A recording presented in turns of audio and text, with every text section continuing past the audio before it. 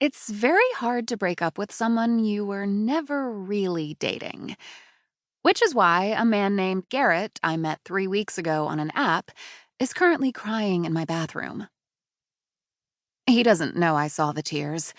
It would probably embarrass him if I mention it, so I am sitting on my couch reading listener emails while I wait for him to finish up, wondering if I should put on a movie or put him out of his misery and suggest he leave.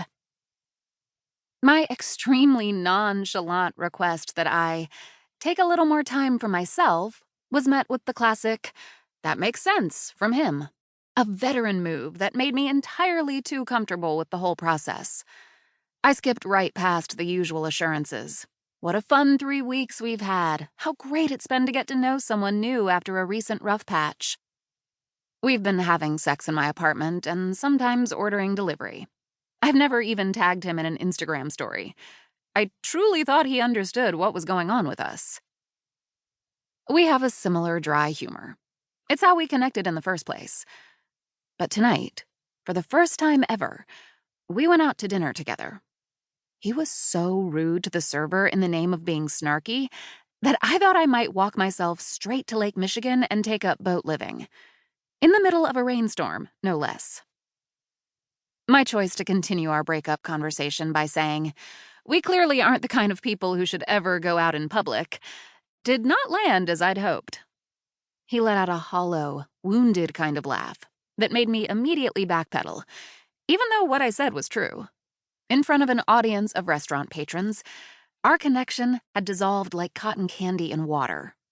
All that sweetness between us vanished into nothingness. But I dared to call attention to it, and next thing I know, he's telling me he has to go to the bathroom and tears are rimming his eyes. He doesn't even have my number saved. Just 3 days ago, I texted him a meme while he was taking a shower, and from my nightstand, I saw my full 10-digit phone number flash up on his screen. How could he not feel the straining awkwardness throughout our meal tonight? Is it really possible that my empty yeahs and colorless wows came off as anything other than detached? It's all so absurd, it makes me cackle.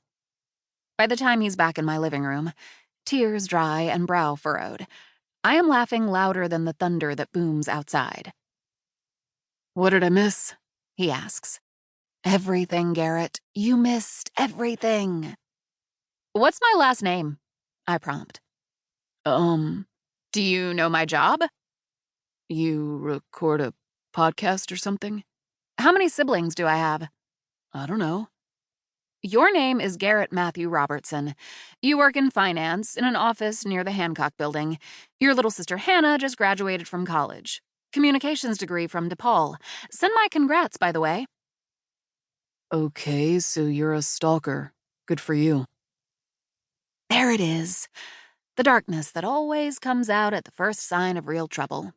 A bruise that blooms from whisper-soft pressure. It's amazing how quickly it happens, how little effort it requires on my part. "I'm a stalker?" I ask. Predictably, he has no follow-up. "We've been hooking up for weeks, and I follow you online," I continue. "Your full name is in your bio. You post a skyline shot almost every day. I watched part of your sister's commencement ceremony when I accidentally clicked into your graduation live stream." Garrett glances forlornly at my door. He pushes back the top part of his hair, a truly aspirational sandy blonde, if I'm honest, then lets it fall again down his forehead. Look, this clearly isn't working. He says it with such finality, you'd think it was his idea. If it gets him out of my apartment, he can keep thinking that for the rest of his life.